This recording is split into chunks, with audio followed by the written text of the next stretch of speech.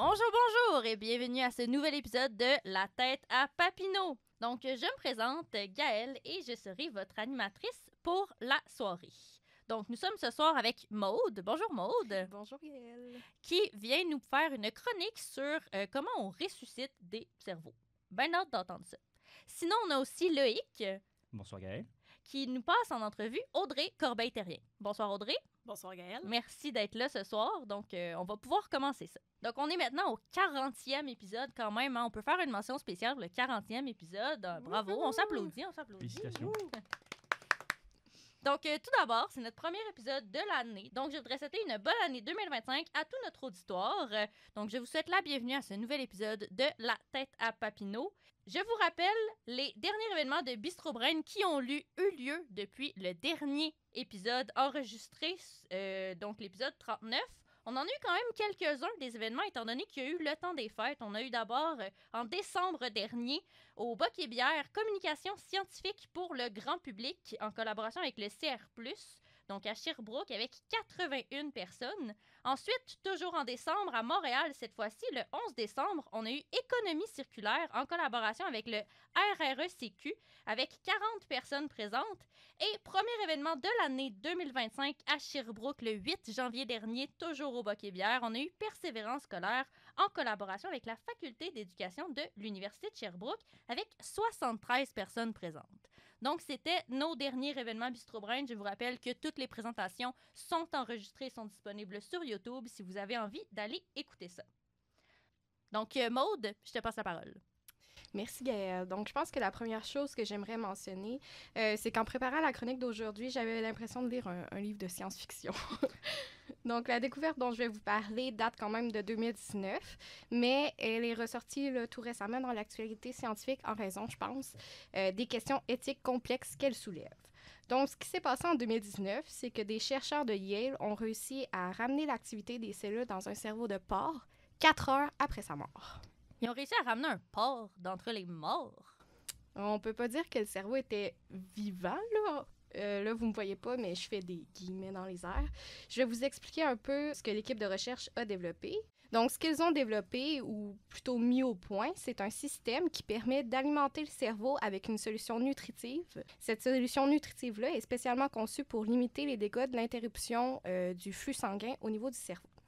Donc, avec ce système-là, les cellules du cortex ont repris une activité métabolique. Ce que ça veut dire, c'est que les cellules étaient de nouveau capables de produire des protéines et les neurones ont recommencé à fonctionner dans une certaine mesure. Mais est-ce que ces cerveaux-là ils étaient conscients? Ouais, moi aussi, c'est comme dans les premières questions que je me suis posées en entendant cette histoire-là. La réponse est claire, là, par contre, étant donné que les chercheurs ont établi les bases dans leur article qui relate leurs résultats de recherche. Donc, ils ont pris des précautions pour empêcher toute activité électrique organisée. Donc, qu'est-ce que ça veut dire, activité électrique organisée? C'est que, normalement, si un cerveau est conscient, on va avoir ce genre d'activité. À la suite de cette perfusion-là, le cerveau n'est pas vivant, mais il est actif au niveau de ses cellules. C'est un peu comme partagé. C'est vraiment intéressant dans un niveau scientifique, mais ça m'a un peu mal à l'aise. Pourquoi ils font ça? Ça sert à quoi d'essayer de ramener des cellules de cerveau? Ouais. Encore une fois, tu sais, le but, c'était pas de ressusciter, là, comme j'ai dit un peu plus tôt. Le but, c'est vraiment de trouver de nouvelles façons d'aider les patients à se remettre, par exemple, d'une crise cardiaque ou d'un AVC. Cette technologie-là pourrait également aider à mieux traiter un traumatisme au niveau du cerveau, là. Par exemple, si on pouvait justement trouver un moyen de réactiver des cellules dans un cerveau qui est gravement endommagé pour prévenir des séquelles irréversibles. Ça pourrait aussi aider à préserver des organes en attente de transplantation, par exemple. Ouais, OK. Je vois l'intérêt. Mais tu parlais au début de questions éthiques, puis que c'était pour ça, finalement, que c'était comme revenu dans l'actualité. Fait que je me demande un peu, éthiquement, on se place où? C'est clair que ramener des cerveaux à la vie, même partiellement, ça peut poser des questions qui sont plutôt difficiles. Oui, tu as tout à fait raison. Puis les chercheurs eux-mêmes sont prudents quand ils en parlent, justement. Ils disent que c'est une avancée pour la science, mais qu'il faut éviter les dérives. Par exemple, à quel moment est-ce qu'on peut dire qu'un cerveau est mort ou non? La mort a longtemps été définie là, par l'arrêt des battements cardiaques, mais on sait depuis que ça va plus loin que ça. Donc, qu'est-ce que ces résultats de recherche-là vont signifier pour la définition même de la mort? Ouais, c'est quand même une très bonne question. Puis si un jour, ils essaient de faire ça sur des cerveaux humains, mettons, là, imagine les implications que ça peut avoir. En fait, ils pensent déjà, puis je le dis encore une fois, là, mais pas pour ramener une conscience, mais pour tester des traitements. Donc, je ne l'ai pas mentionné un peu plus tôt, mais ce système-là pourrait être utilisé pour tester des traitements contre l'Alzheimer ou le Parkinson, par exemple. Mais je suis d'accord avec toi, ce genre de recherche-là joue très bien avec nos limites des réalités éthiques. Mais petite question, au bout du compte, ça risque pas de finir comme un film de Romero? Un film de Romero? Oui, Georges Romero, le père des films de zombies. Oh, ta référence, je l'avais pas pantoute. Mais en tout cas, j'espère pas, surtout pas avec le climat en ce moment, on n'a pas besoin de ça. Donc, on va laisser ça à la science-fiction et essayer de faire quelque chose de beau avec cette avancée scientifique-là. Ben, d'un point de vue purement scientifique, en tout cas, moi, je trouve que c'est quand même intéressant. Si on peut réussir à peut-être amener des implications potentielles dans certaines maladies du cerveau, pourquoi pas? Mais effectivement, il faut quand même pas aller trop loin. En effet. Ben, merci Maude pour cette belle chronique qui parle de ressusciter des cerveaux, mais finalement, ne pas ressusciter des morts quand même. Hein? On sera pas dans un film de zombies ici. Donc, merci Maude encore une fois et on se retrouve après une courte pause.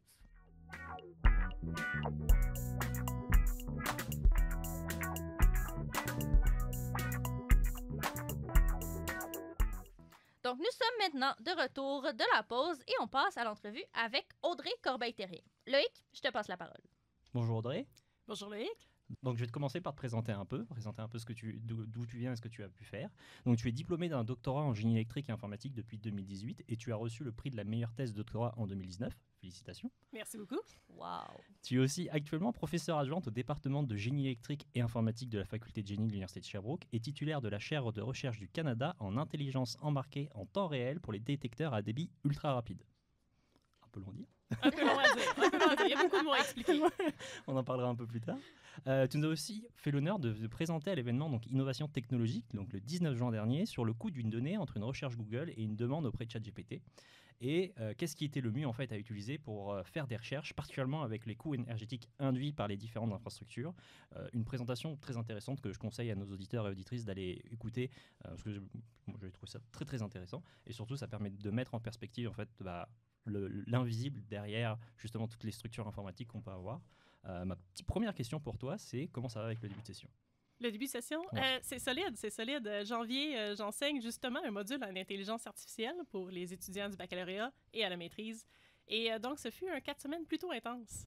Est-ce que tu peux nous parler donc un peu plus de ton sujet de chaire de recherche là, parce qu'on a dit c'est un titre un peu long, il y a des mots compliqués. Qu'est-ce que tu peux nous en dire? Oui, donc premièrement, on a un besoin en sciences. On a un besoin pour des instruments. Puis, les ingénieurs ont fait des instruments qui sont vraiment rendus hot. Mais il y a un problème avec les instruments qui sont vraiment hot, c'est qu'ils génèrent énormément de données.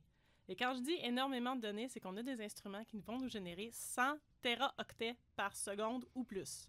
Maintenant, vous ne savez peut-être pas c'est quoi un téraoctet, mais dans vos ordinateurs, généralement, le disque dur est d'environ 1 ou 2 téraoctets. Donc, on reçoit à peu près un disque dur d'ordinateur par seconde pour 1 téraoctet par seconde. Fait que dans certains de nos instruments, c'est 100 disques durs qui nous revolent par la tête. Et il faut essayer de gérer ces données-là. Et le problème, c'est qu'on n'a juste pas assez de place pour mettre les câbles. Pour mettre les câbles Donc, dans la transmission d'informations? Non, oui, c'est ça. Fait que Okay. si on voudrait les transmettre dans l'ordinateur, la puce est tellement petite par rapport au câble qu'on n'a pas assez de place pour mettre les câbles. Et pas juste ça, ça prendrait tellement d'électricité pour transmettre les données que ça deviendrait des petits toasters. Puis considérant que certains de ces instruments-là, c'est des instruments médicaux, puis que l'objectif, c'est quand même de ne pas cuire le patient dans un four, Ouais. on aimerait ça réduire la quantité d'énergie qui est consommée à cet endroit-là pour garder la température confortable pour nos patients. Et on a aussi des instruments qui vont comme en quantique ou dans d'autres systèmes pour trouver la matière noire qui sont cryogéniques. Et donc, si on génère trop de chaleur, on fait bouillir notre système cryogénique qui aussi n'est pas optimal. Puis ça fonctionne plus, je suppose, après Ça aussi. fonctionne plus du tout. En fait, ça peut générer des explosions, tu sais, des gaz Super. qui bouent dans un contenant fermé, ça explose. Donc, pour toutes ces raisons-là, mon objectif, c'est d'amener de l'intelligence artificielle dans des puces pour réduire la quantité d'énergie qu'on utilise et faire le traitement sur place. Donc, c'est là qu'on dit embarquer. Donc, on embarque le traitement dans la puce et on fait ça en temps réel, au fur et à mesure que les données rentrent, de manière à ce que les données qui sortent soient de un volume beaucoup moins grand. C'est plus facile à sauvegarder. Ça demande moins de câbles, ça demande moins d'électricité, et donc le système est beaucoup plus efficace. Donc, c'est ça, en gros, le service que j'essaie de développer, les technologies que j'essaie de développer. Et ça s'applique en imagerie médicale pour les gros scanners, pour trouver de la matière noire. Ça s'applique en cybersécurité, ça s'applique en quantique. Donc, j'ai tout plein d'applications très, très diversifiées, mais le problème reste le même. On génère beaucoup de données à des très petites surfaces. Donc, il faut essayer de les sortir très, très rapidement. Aussi engagé auprès des étudiants gradués pour la formation des habiletés de communication orale. Est-ce que tu peux nous en dire un peu plus sur le contenu et la volonté en fait, de cette formation qui est offerte aux étudiants? Je vais commencer à l'envers. Je vais commencer avec la volonté. En fait, c'est pendant mes études de postdoctorat. Donc, j'ai fait ça à SLAC en Californie, où est-ce qu'il y a un accélérateur de 3 km qui sert pour faire un laser géant. Une histoire pour un autre jour. Mais en fait, on avait beaucoup de présentations par affiche qui se faisaient à l'interne. Et il y en avait beaucoup que c'était des articles scientifiques sur un mur. Et je ne sais pas si vous, ça vous intéresse de lire un article debout, alors qu'il y a énormément de bruit. Mais moi, je trouvais que c'était un peu plate. Donc, j'ai décidé, pourquoi ils font ça? Mais en fait, c'est parce que personne ne leur a montré comment faire une affiche intéressante, comment faire une communication qui va aller frapper puis dire, regarde, c'est ça que je fais, c'est pour ça que c'est intéressant, puis de démarrer la conversation. Fait que moi et une de mes collègues qui était là-bas, on a monté une petite formation sur comment faire une affiche puis comment faire une présentation en conférence. Force de façon, on s'est rendu compte qu'à peu près aucun étudiant gradué à la maîtrise ou au doctorat a une formation officielle sur comment présenter une affiche en conférence ou comment faire une présentation orale en conférence.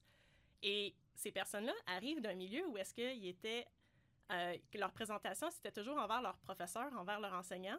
Donc, ils sont toujours en train de parler à des experts qui savent déjà de quoi ils parlent. Oui, ils ont déjà le contexte. C'est ça. Fait que c'est complètement différent de changer de posture puis de dire « Ah, maintenant, c'est moi l'expert, c'est moi l'experte, c'est moi qui dois expliquer aux autres qu'est-ce que je fais que personne d'autre comprend. » Et ça, c'est un changement de posture qui est relativement difficile. Et donc, c'est une formation, c'est une compétence qu'il faut développer. Et donc, quand j'ai eu mon poste de professeur ici, j'ai ramené cet atelier-là puis je me suis mis à la donner au 3IT. Puis là, ça fait boule de neige. Il y a Genius aussi qui a été fait, où est-ce que Marwan Besrour, qui est à la GEG CSG, qui m'a demandé de faire la formation pour cette activité-là. Et là, on est en train d'aller un petit peu plus loin, puis on développe d'autres choses. Je ne veux pas trop casser le punch, mais il y a d'autres activités qui sont en train en cours pour essayer de formaliser ça. Fait que de vraiment montrer comment monter ce type de communication-là, qui a des liens communs avec la vulgarisation, mais qui est plus spécifique au domaine scientifique auquel on s'adresse. Et aussi, l'autre chose qu'on a remarqué, c'est que les places où il y a une certaine formation qui est donnée par la direction de recherche, c'est souvent ceux qui gagnent les prix. Fait que dans les conférences, c'est toujours les mêmes universités qui gagnent les prix. En fait, c'est les mêmes groupes de recherche qui gagnent les prix parce qu'à l'interne, ils se font une formation. Fait qu'on devrait être capable de propager cette formation-là pour que toutes les affiches soient bonnes. Puis là, ça serait tellement plus plaisant en conférence. Je suis tout à fait d'accord. Petite question. Pour l'instant, ça semble ouvert plus aux gens en génie, de ce que je comprends. Est-ce que tu voudrais l'ouvrir peut-être à d'autres personnes à l'Université de Sherbrooke, par exemple, la Faculté des sciences? Absolument, c'est dans les projets. Nice. Ça commence avec génie parce que c'est les étudiants et étudiantes de génie à qui j'ai accès en premier. Mais éventuellement, ça serait vraiment intéressant de l'étendre non seulement à l'université, mais peut-être encore au-delà des frontières universitaires au Québec. Tu m'as déjà un peu répondu à la question parce que j'allais te demander pour toi c'est quoi la valeur de la communication scientifique, donc particulièrement dans les milieux où tu travailles avec des équipes interdisciplinaires. Après, de ce que je comprends, c'est extrêmement important, et je suppose encore plus du fait que ce soit interdisciplinaire.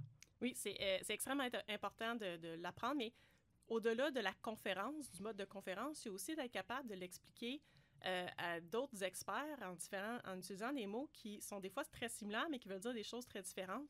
Je travaille beaucoup avec les physiciens On a des modes de travail très différents. Fait que des fois, ça peut apporter comme à confusion. Ben, je veux faire ça, l'autre veut faire ça, mais finalement, on veut faire la même chose, mais on utilise des mots différents, mais qui veulent dire la même chose. Ou au contraire, on dit le même mot, mais ça veut dire deux choses complètement différentes. Donc, il y a un aspect de communication là aussi qui est intéressant à aller travailler. Comment est-ce que je présente mon objectif pour pas qu'il soit mal compris puis que tout le monde reste un peu dans son idée. Fait que quand on tombe dans des domaines très interdisciplinaires, scientifiques, c'est super important. Puis encore plus quand on croise, on a les sciences appliquées, les sciences, mais aussi après ça, on s'en va, mettons, en médecine et en sciences humaines et en marketing et en gestion. C'est tout encore de la terminologie qui change, donc on s'adapte. Là. C'est beaucoup de travail de part et d'autre d'être capable de communiquer et d'avoir des objectifs similaires pour se rejoindre. Même des fois dans des domaines genre assez proches. Là. Moi, je sais que par expérience personnelle, j'avais des gens qui savaient à peu près ce que je faisais, mais qui ne faisaient pas ce que je faisais, ce qui fait que quand je leur en parlais, pour moi, c'était clair avec ma méthodologie, mais pour eux, pas du tout, parce que y avait une barrière au bout du compte, justement, qui était là. Donc, c'est vrai que c'est quelque chose qui est toujours à prendre en compte, d'avoir un pas de recul de qu'est-ce que l'autre sait pour justement pouvoir lui communiquer aisément, en fait, ce qu'on veut lui dire. Même si pour nous, ça nous paraît extrêmement clair. Exactement. Donc, c'est un mot qui est utilisé super communément dans votre groupe de recherche, mais ça ne veut pas dire qu'il est utilisé dans les autres groupes de recherche. C'est encore pire avec les acronymes. Imaginez-vous deux groupes de recherche qui utilisent le même acronyme pour deux choses complètement différentes, mais qui ne communiquent pas que cet acronyme-là veut dire quoi. Ça peut faire des résultats un peu aberrants. On va parler un peu de justement tout ce qui est communication scientifique. Est-ce que tu peux nous parler un peu de ton expérience Bistrobrain en tant que présentatrice? Oui, ça, j'ai trouvé ça super intéressant. En fait, j'avais déjà deux de mes étudiants qui étaient passés, donc Berthier et Lamia, qui avaient déjà passé quelques mois avant moi. Et quand j'ai vu justement innovation technologique comme étant un des thèmes prochains qui arrivait pour Bistrobrain, j'ai fait « Ah, ça, je pense que c'est un fit pour moi ». Mais là, ça a été comme le débat de qu'est-ce que je présente. Fait que j'ai présenté très brièvement au début c'était quoi ma recherche, puis ça peut devenir très compliqué très rapidement. Fait que quel angle d'approche je pourrais utiliser pour vraiment venir accrocher l'auditoire et faire « Attendez, je veux que vous compreniez ça, puis je veux que ça change quelque chose un peu dans vos vies. » Puis je me suis rendu compte, on a de la magie aujourd'hui. On a des petites machines dans nos poches qui nous permettent de voir n'importe quoi sur Internet, que ce soit des petits chats ou que ce soit l'histoire de la bibliothèque d'Alexandrie. On peut voir n'importe quoi sur cette petite machine-là, mais on voit pas pourquoi. On voit pas en dessous qu'est-ce qui se passe. On pèse sur des boutons, puis ça part dans l'air, puis ça revient. Je me suis dit, il n'y a pas grand monde qui sait toute la machine, toute l'énergie, toute l'infrastructure qu'il y a en dessous qui nous permet de voir des petits chats sur notre téléphone. Fait que je vais approcher ça. Puis je vais approcher ça aussi avec le côté de l'intelligence artificielle générative. Donc, ChatGPT et maintenant, depuis quelques jours, DeepSeek, qu'on entend beaucoup parler. Qu'est-ce que ça consomme? Qu'est-ce que ça fait, ça, en arrière? Parce qu'on ne voit pas le coût de cette chose-là. On comprend que notre téléphone cellulaire consomme l'énergie. Il faut le recharger à tous les jours, à tous les 2 jours, 3 fois par jour. Je ne sais pas. C'est quoi votre rythme de recharge de votre téléphone? Mais ça, on le voit. Mais après ça, on ne voit pas qu'est-ce qui est consommé par la tour cellulaire. Fait que je voulais prendre cette approche-là, puis je me suis dit, OK, comment on va comparer pour que les gens comprennent que quand ils font une requête à ChatGPT, c'est pas la même chose que de faire une requête à Google, puis c'est pas la même chose que de faire une recherche PDF dans ton fichier local sur ton ordinateur. C'est des consommations qui sont très différentes, puis plus que ça va, pire que ça va être avec l'intelligence artificielle générative. Puis je précise que c'est l'intelligence artificielle générative qui consomme énormément, parce que comme j'ai précisé au début de l'entrevue, mon but, c'est d'utiliser l'intelligence artificielle pour réduire la consommation électrique de nos instruments scientifiques. Donc, il y a différents modes d'intelligence artificielle. Il n'existe pas juste ChatGPT, il y en a d'autres. Tu utilises l'intelligence artificielle à faible consommation, si on comprend bien. Oui, donc j'utilise l'intelligence artificielle pour faire le même travail qu'un algorithme qui existe déjà, mais qui est itératif. Donc, il faut faire 150 fois, 500 fois le même pour converger vers une réponse. Bien, moi, je vais faire un réseau de neurones simple qui va passer juste une fois. Donc, il va être plus rapide et qui va consommer beaucoup moins d'énergie. Donc, on parle, au lieu d'utiliser quelques centaines de 200 watts, on parle d'utiliser à peu près 5 watts. OK, ouais. Fait que beaucoup moins. Ouais, donc, ouais. Fait que mais c'est des intelligences artificielles qui sont très spécifiques à un problème. On ne peut pas les utiliser pour d'autres choses. Et oui, c'est comme un laser, ça se concentre en un seul point, c'est pas un spectre. Non, c'est pas un spectre. On peut pas y faire plein de choses, mais il va être excellent à ce qu'il fait. Donc, si jamais ça vous intéresse d'en savoir un peu plus sur justement la consommation de vos données, quand vous regardez des petits chats sur Internet, ben, je vous suggère d'aller voir la présentation d'Audrey qui est disponible sur notre chaîne YouTube. Puis ça mettra en perspective ceux qui doomscroll pendant des heures. Oui. Mais c'est pas pour dire n'utilisez jamais ChatGPT et n'utilisez jamais de l'intelligence artificielle générative parce que ça fait des choses qu'aucun autre outil fait. Mais utilisez-le pour faire les choses qu'aucun autre outil fait. Après ça, si c'est pour faire une recherche Google, allez faire une recherche Google ou une recherche sur n'importe quel autre moteur de recherche, ça prend 10 fois moins d'énergie, 100 fois moins d'énergie. D'après une étude qui a été poursuivie entre 2010 et 2015 donc au Canada, il y a moins de 20% des étudiants qui démarraient dans le milieu de l'ingénierie qui étaient des femmes. Toi qui t'impliques pour la promotion des carrières des femmes donc dans les milieux STEAM, donc les sciences, les technologies, l'ingénierie et les mathématiques, pour nos chers auditeurs et auditrices, donc tu t'impliques en tant que liaison pour IEEE Women Engineering. Alors IEEE, qu'est-ce que c'est? C'est l'Institut des ingénieurs électriques et électroniques. Je Oui, pense que tu es très sensible à ce chiffre. chiffre, surtout que justement en ingénierie électrique et ingénierie informatique, il est très en deçà du 20%. Même encore aujourd'hui. L'étude, il y en avait deux, c'était ingénierie, puis ingénierie appliquée. Et puis ingénierie appliquée, Oui. c'était un peu plus. L'ingénierie, c'était genre 19%, je crois, qu'ils avaient de chiffres pour le 2010, l'entrée en 2010. Oui, ben, tu sais, si je compare présentement à la faculté de génie, si on a comme en génie biotechnologique, c'est presque à parité. Tandis que si on va en génie électrique, génie informatique, on est encore dans les 5 à 12%. Oh, wow. Ouh, c'est faible. Oui, c'est très faible. Donc, je suis très sensible à ce chiffre-là. Donc, tu as commencé par mentionner I3E, donc de son nom familier, on Alors, l'appelle je savais pas comment I3E. le dire. Oui. Donc, ça, c'est un institut international. En fait, il y a presque 1 demi-million de membres partout dans le monde et à peu près 170 000 membres étudiants. Donc, c'est quand même énorme et c'est plus large que juste des ingénieurs. C'est pas juste des ingénieurs qui sont là-dedans. Il y a beaucoup de scientifiques de tout ordre et de tout horizon. Et là-dedans, moi, je fais partie de Women in Engineering. On s'appelle le WE. En fait, c'est volontaire, c'est le nous. Et c'est pas juste les femmes, en fait. On est ouvert pour toutes les minorités, donc toutes les personnes de la communauté LGBTQIA++. Je m'excuse pour les lettres que je me souviens pas à chaque fois. Pour les personnes aussi qui ont des limitations physiques, personnes qui ont des limitations mentales, toutes ces personnes-là sont la bienvenue aussi dans notre communauté.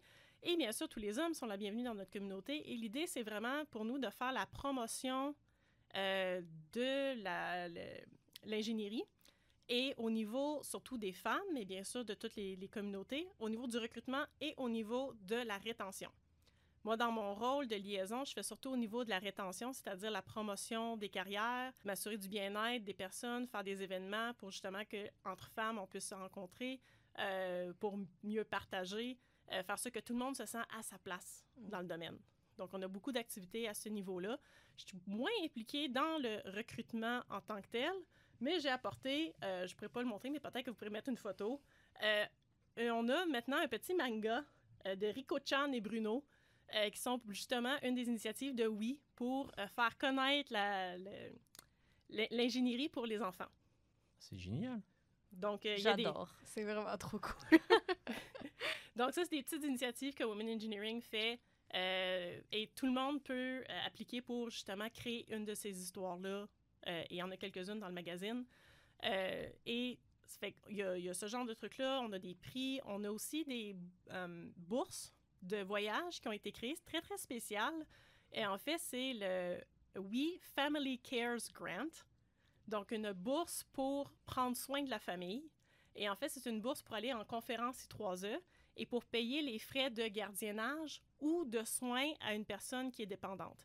Donc, ça peut autant être des enfants ou ça peut être, par exemple, un grand-père ou une grand-mère ou un oncle qui est malade, qui a besoin d'avoir quelqu'un d'engagé pour s'en occuper pendant que la personne va en conférence. Fait que c'est le genre d'initiative que WE va faire, justement pour s'assurer que les personnes puissent persévérer dans le domaine et qu'ils ne soient pas bloqués parce que c'est la personne qui s'occupe. Fait qu'il ne peut pas aller en conférence, parce qu'en conférence, c'est là qu'on fait les liens, c'est là qu'on fait les collaborations, c'est là qu'on apprend tout plein de choses. Donc, de s'assurer de rendre l'accès aux opportunités le plus équitable possible. J'adore. Ouais, c'est génial. Je savais même pas, pour vrai, je savais même pas que ça existait, puis genre, j'adore. Je suis fan. Il faudrait ça dans tous les domaines, en fait. Là. Je pense que c'est un bon exemple à suivre. I3E a vraiment fait beaucoup, beaucoup d'efforts pour tout ce qui est la diversité, l'équité et l'inclusion, surtout au niveau de équité et inclusion. Parce que du côté diversité, à part pour le débalancement de genre, on a quand même beaucoup de diversité internationale. On a beaucoup de gens sur les 5 continents. En fait, il y a les 190 pays représentés dans I3E, là, donc il y a beaucoup de gens de partout dans le monde là-dedans. Mais de faire sûr que c'est équitable pour tout le monde d'accéder aux différents aspects I3E. Et la très grande majorité des personnes impliquées dans I3E sont des bénévoles. Encore mieux. Bravo à vous. Merci. Moi, je trouve ça extrêmement bien, là, ce que vous faites, ce que vous organisez, là. Enfin, pour la bourse, pour tout ce qui est comment on dit en français, les caregivers. Oui, ceux qui prodiguent des soins. Proches aidants, merci. Oui, pour les proches aidants. Le terme français est proche aidant. C'est vrai que c'est pas forcément quelque chose qui vient à l'esprit que quelqu'un peut être retenu par ça, là. Oui, mais c'est vraiment quelque chose qui est très commun et étant donné que c'est souvent la femme dans l'unité familiale qui va s'occuper le plus souvent des enfants, c'est démontré que les femmes vont moins souvent en conférence parce que il n'y a pas personne d'autre pour s'occuper des enfants. C'est plate, je pense, puis c'est une réalité qu'on ne voit pas assez tant qu'on n'est pas rendu dans cette situation-là. Oui, absolument. Mais moi, par exemple, j'ai une de mes collègues qui est mère de famille, puis il faut constamment, dans le cadre de sa maîtrise, qu'elle fasse des ajustements puis des conciliations dans sa vie à elle pour sa famille. Puis je pense que, justement, de reconnaître ça, puis que ça peut être un enjeu, puis d'aider ces personnes-là, je trouve que c'est vraiment beau. Oui, donc à date, il est relativement populaire, puis on veut s'assurer qu'il est de plus en plus connu. Et non seulement il y a le We Family Cares Grant, mais il y a plusieurs sociétés à l'intérieur d'I3E. Donc I3E, on s'entend que gérer 1 demi-million de personnes sous un seul parapluie, ça marche pas. Donc on est séparés en sociétés reliées à notre domaine de recherche. Et donc ma société, le NPSS, Nuclear and Plasma Sciences Society, a créé sa propre version du Family Cares Grant pour son groupe. Fait que c'est déjà en train de se propager à l'intérieur de I3E. Maintenant, est-ce qu'on est capable de le propager à l'extérieur pour que toutes les conférences offrent par défaut 1, 2, 3 bourses pour permettre à ces personnes-là de venir participer? Puis c'est pas, tu sais, ça paye pas les frais de voyage, ça paye pas les frais de conférence, ça paye exclusivement les frais de remplacer la personne proche aidante le temps de la conférence. Je pense que plus on en parle, puis plus il y a de gens qui le font, plus il y a de gens qui vont embarquer dans la roue en parler et le faire aussi. Fait que... Absolument, c'est mon espoir, que tout le monde ait justement accès équitable. Je vais te poser au bout du compte notre question traditionnelle pour conclure l'entrevue, c'est pour toi, quelle place devrait avoir la vulgarisation scientifique au Québec? Ça devrait prendre encore plus de place que qu'est-ce que ça prend maintenant. C'est vraiment critique. On a une population qui est un petit peu détachée de la science. On vit sur un monde qui est basé sur la technologie. On est entouré de technologie. On est rendu que c'est la technologie qui décide de plusieurs aspects de nos vies. Et malheureusement, on a une grande partie de la population qui n'a pas les outils pour comprendre qu'est-ce qui se passe avec cette technologie-là. Et donc, ils sont facilement influençables, j'aime pas ça dire ça de même, mais par des personnes qui semblent donner des réponses toutes faites. Et malheureusement, en science, on n'a pas des réponses toutes faites. Tout est nuancé, tout est compliqué. Fait que d'être capable de vulgariser puis de donner justement des éléments de réponse sur quoi ils peuvent se rattacher, puis renouer la confiance avec les experts, je pense que c'est extrêmement important. Et ce que j'aimerais que la vulgarisation scientifique soit capable de faire, c'est d'aller au-delà des personnes intéressées par la science, puis aussi capable de communiquer la science aux personnes qui sont peut-être présentement pas intéressées par ça. Merci beaucoup Audrey pour toutes ces réponses, c'était très intéressant. Merci d'être venue pour discuter avec nous. Puis j'espère que ça t'a fait autant plaisir qu'à nous. Ça m'a fait extrêmement plaisir, donc merci beaucoup pour l'invitation et merci beaucoup pour tout votre travail. Bien, merci à toi Audrey, c'était vraiment enrichissant, je dirais, comme entrevue. Donc, je vous rappelle, si ça vous intéresse encore un peu plus d'en savoir, vous pouvez aller voir sa vidéo YouTube. Donc, merci Loïc aussi d'avoir préparé cette entrevue et merci à Maude pour la belle chronique sur des cerveaux qui reviennent pas tout à fait d'entre les morts finalement. Donc, je voudrais remercier aussi toute l'équipe derrière le podcast ainsi que vous, notre cher auditoire, sans qui on ne serait pas là aujourd'hui. Donc, en terminant cet épisode de La tête à Papineau, je vous rappelle les prochains événements de Bistro Brain. Donc, d'ici le prochain épisode. Les 2 prochains événements seront à Sherbrooke, au Boc et Bière. Le premier aura lieu le 5 février prochain à 17h et aura pour thème Fête quantique. Donc, si vous voulez entendre parler de matière noire un peu plus, j'imagine que ça va être l'événement pour ça. Et on a aussi le 5 mars prochain, toujours au Bac et Bière à Sherbrooke, et à 17h, on a Femmes en sciences. Donc, encore aussi un autre thème qui fit finalement un peu avec notre chronique d'aujourd'hui. Donc, si ça vous intéresse, n'hésitez pas et ne manquez surtout pas ça. Merci à tous!